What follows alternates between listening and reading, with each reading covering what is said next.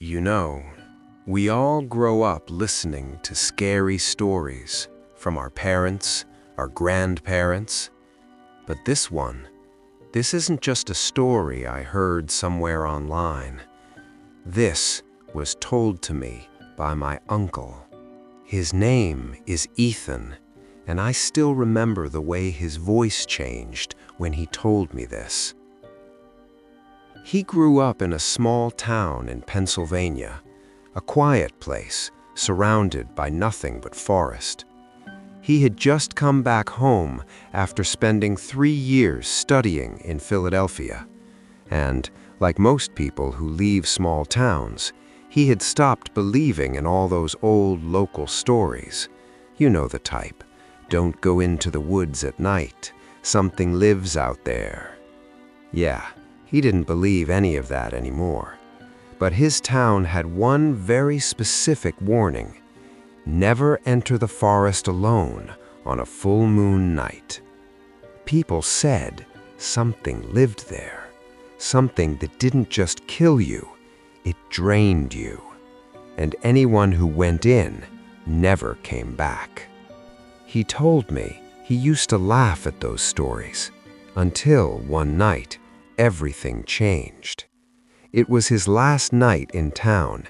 He had just gotten a job offer and was leaving the next day. So he went out with his friends.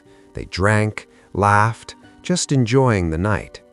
But while walking back, somewhere near the edge of the forest, he got separated. And that's when he heard it. A voice, soft, calling his name. Ethan.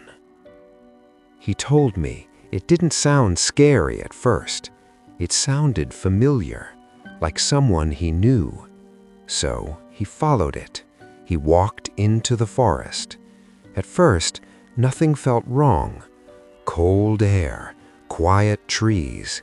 He even lit a cigarette, trying to stay calm. But the moment the lighter sparked, he heard an owl fly. Loud, sharp, too close. He kept walking.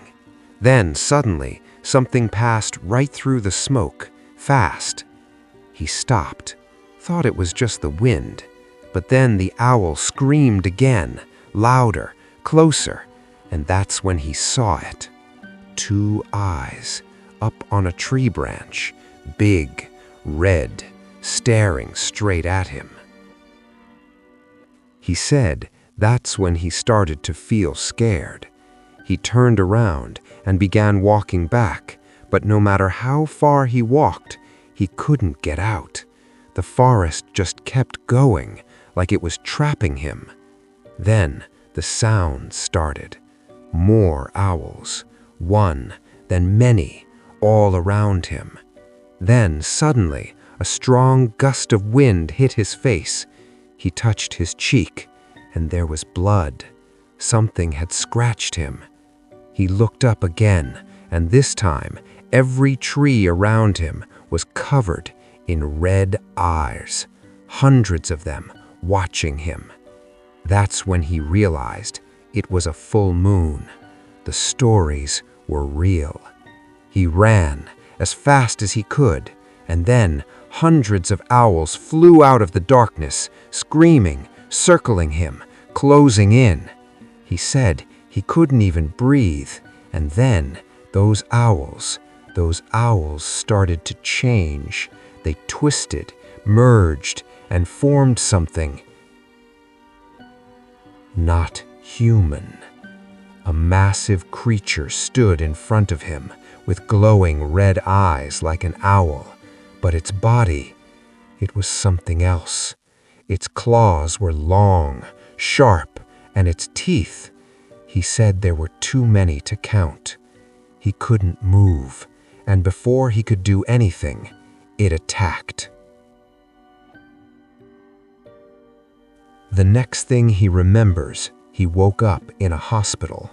His friends had found him lying near a tree. His body was ice cold, his skin had turned blue, and his entire body was covered in claw marks.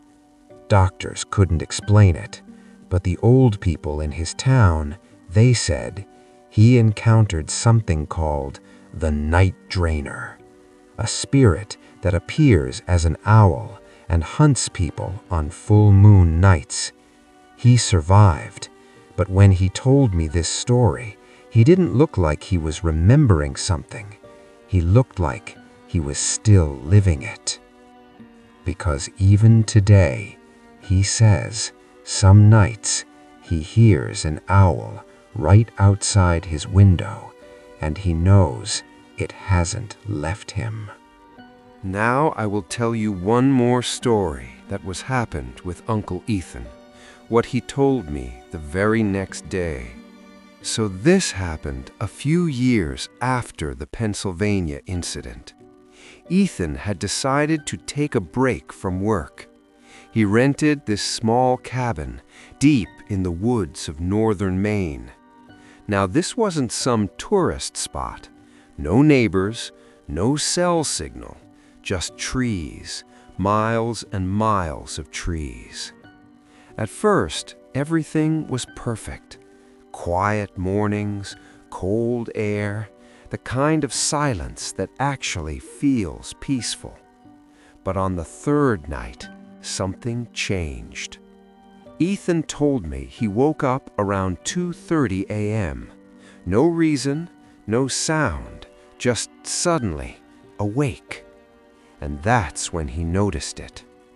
The front door was slightly open. Now here's the thing. Ethan was very careful. He always locked everything before going to bed. Always. So the first thought, someone broke in. He slowly got out of bed, grabbed a flashlight, and walked toward the door. The cabin was dead silent. No footsteps, no movement, nothing. He reached the door and pushed it open. Outside, just darkness and trees. But then he saw something. About 25 feet away, between the trees, there was a figure, standing completely still. Too tall, too thin. At first he thought it was just a trick of the light. You know how shadows play games with your mind. But then it moved. Not walking, not running, just shifting, like it didn't have bones. Ethan froze, and in that moment, the figure tilted its head and stared directly at him. Even from that distance, he said he could feel it. That thing was looking right into him. Then suddenly, it stepped back and disappeared into the trees. Ethan slammed the door shut, locked it, checked every window. Nothing else was out of place. He didn't sleep that night. Now you'd think he would leave the next morning, right? But he didn't, and that was his biggest mistake. The next night, it came closer. Same time, around 2:30 a.m. This time, he didn't wake up on his own. He woke up to a sound. Knocking. Slow, heavy. Knock, knock, knock. Coming from the front door. Ethan didn't move, didn't breathe. And then it stopped. A few seconds passed, and then he heard it. A voice, soft, almost familiar. Ethan. His blood ran cold because that voice sounded like his own, not similar, not close, exactly like him. Ethan, open the door. Now at this point, he knew something was seriously wrong, so instead of going to the door, he slowly moved toward the window and looked outside. What he saw still messes with him to this day. Standing right in front of the door was him. Same height, same face, same clothes, but something was off. The smile, too wide, too still, and the eyes completely empty. Then it spoke again. "Let me in." Ethan backed away immediately, locked himself in his room, and waited. The knocking continued for hours, until it suddenly stopped. The next morning, everything looked normal again. No footprints, no signs of anyone. But here's the part that really got to me. When Ethan finally decided to leave, he opened the front door and looked down. Scratched into the wood right below the handle were words, deep, like carved with something sharp.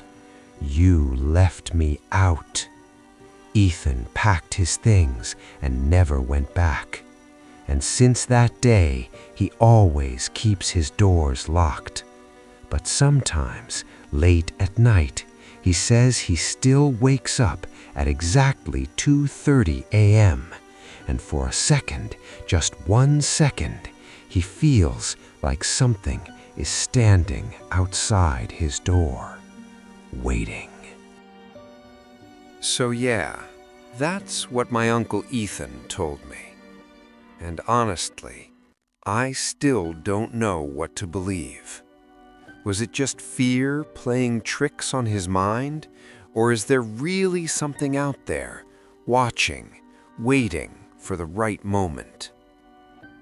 Now, I want to ask you something. Have you ever experienced anything like this? Something you couldn't explain? Something that still gives you chills? If you have, tell me in the comments. And don't forget to mention where you're from, because sometimes these things are tied to places. And who knows, maybe your story might be the next one I tell. If you enjoyed this story, make sure to like the video, share it with your friends, and subscribe to the channel for more real horror stories like this.